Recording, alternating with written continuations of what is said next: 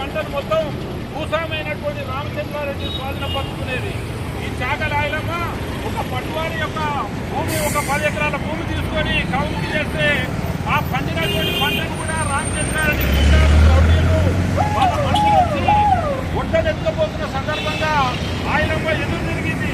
ఈ చాకలి అనేది ఈ 105 గ్రామాల పెద్ద మనిషి అయినటువంటి రామచంద్రారెడ్డికి ఎదురు తిరగడమేదని చెప్పి వాళ్ళంతా మీద మధ్యలో చేస్తే వాళ్లకు చాకలి ఆయలమ్మ ఎదురు తిరిగినటువంటి సందర్భంగా ఎర్రజెండ నాయకత్వంలో నరసింహారెడ్డి, మల్లు వెంకట నరసింహారెడ్డి, స్వరాజ్యము, ఆరుట్ల కమలాదేవి, ఆరుట్ల రామచంద్రారెడ్డి అనేక మంది పోరాట యోధులు చాకలి ఆయలమ్మకు అండగల్లబడ్డారు. చాకలి ఆయలమ్మ భయపడకుండా తన ఇల్లునే ఆఫీసుగా తన భార్య, తన భర్త, తన పిల్లలు కూడా దేశకు అనేక రకాలుగా హింసించి హత్య చేసిన ఆయలమ్మ భయపడలే. ఆమె పోరాటం సాధించి తన ఒడ్డు తీసుకుపోయి తనిఖీ పోస్తుంది.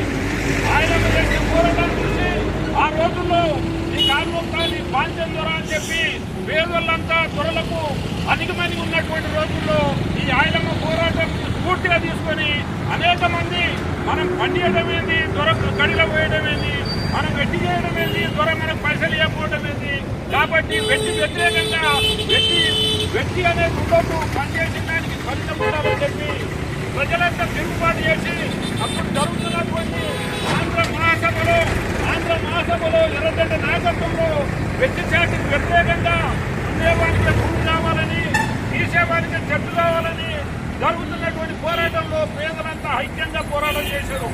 ఆ పోరాటంలో అనేక మంది రజాకారులు కలిపిన కాల్పుల్లో చనిపోయారు. ముందుగా చనిపోయిన దొడ్డి కొట్టేయనటువంటి కాంగ్రెడు ఒక యాదవ కులాసుడు పేద ప్రజలందరూ కొరకు తన ప్రాణాలు అర్పించాడు. అయినా ఆంధ్ర మహాసభ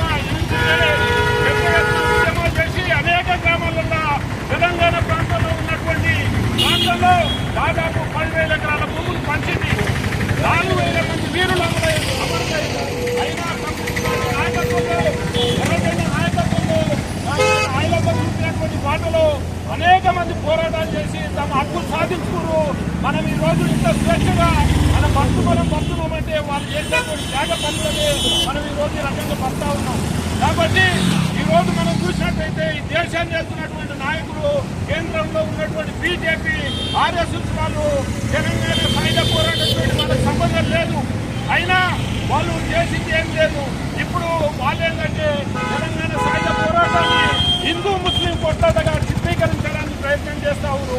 ఆ రోజు రాష్ట్రంలో, తెలంగాణ రాష్ట్రంలో ముస్లింల బాధుని వాళ్ళకి వ్యతిరేకంగా హిందువులు పోరాటం చేసి వాళ్ళు ఖచ్చితంగా వెళ్ళి మనల్ని మభ్యపెట్టడానికి ప్రయత్నం చేస్తా ఉన్నారు. నిజంగా తెలంగాణ సాయుధ పోరాటం నడిచింది భూమి కొరకు, భుక్తి కొరకు, పేద ప్రజల విముక్తి కొరకు, ఉండేవారికి భూమి కావాలని చెప్పి పోరాటం నడిస్తే అది హిందూ ముస్లిం కొట్లాటగా చిత్రీకరించడానికి ప్రయత్నం చేస్తా ఉన్నారు.